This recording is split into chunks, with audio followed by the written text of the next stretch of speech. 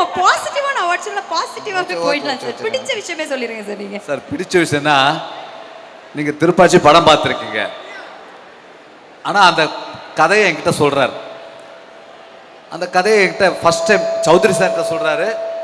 அங்க ஓகே வாங்கிட்டாங்க. அப்புறம் ஹீரோ கிட்ட விஜய் சார்கிட்ட சொல்லிட்டாங்க, ஓகே வாங்கிட்டாங்க. மூணாவதா கேட்குற ஆள் நான் தான். அது ஃபர்ஸ்ட் கதை கேட்குறாரு. கதை எப்படின்னா அந்த படத்துடைய டைலாக் ஃபர்ஸ்ட்ல இருந்து எண்டு வரைக்கும் என்கிட்ட அப்படியே நடிச்சு காட்டுறாருங்க. எனக்கு ஒரு டவுட்டு, முதல் டைரக்டர் தானே இவர். சரி நல்லா கதை சொல்கிறாரு, இது எப்படி எடுப்பார், இவரால் அந்த பொட்டன்ஷியல் ஆர்டிஸ்ட்டை கொண்டு வர முடியுமான்னு. ஏன்னா அதுக்கு முன்னாடி நான் வந்து ஒரு 4-5 படம் பண்ணிட்டேன். நான் திருடா திருடலாம் இந்த ஹிட் ஆகிடுச்சு. எனக்கு மைண்டுக்குள்ளே அது ஒரு இருந்துருச்சு. ஆனால் டபுள் பாசிட்டிவ் பார்த்தோம் சார். இவர் என்ன பேசினாரோ, இவர் என்ன என்கிட்ட கதை சொன்னாரோ, ஒரு அளவு கூட ஏறாம ஒரு அளவு கூட குறையாம விஜய் சாரை நடிக்க வச்சிருக்காரு. அதுதான் வந்து எக்ஸலண்ட். அப்படியே அது எனக்கு அந்த டபுள் பாசிட்டிவ் பார்க்கும் பொழுது விஜய் சார் நடிக்கிற மாதிரியே தெரியல எனக்கு.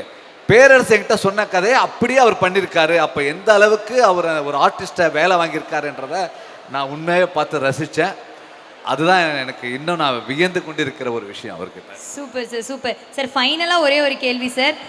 திருப்பாச்சி, சிவகாசி, திருவண்ணாமலை, தருமபுரி இந்த மாதிரி நிறைய படங்கள் வந்து வரிசையில் ஊர் பெயர்களை வச்சு நிறைய படங்கள் எடுத்துட்டீங்க. உங்களோட கம்பேக் எப்போ சார் இருக்கும்? நாங்கள் எப்போ எதிர்பார்க்கலாம்? என்ன திரைப்படத்தை எதிர்பார்க்கலாம்? கூடிய விரைவில் எதிர்பார்க்கலாமா? எப்படியும் 2026 பொங்கலுக்கு பொங்கிரும் நினைக்கிறேன். Super sir. இந்த தான் சார் அப்டேட் எங்களுக்கு வேணும்.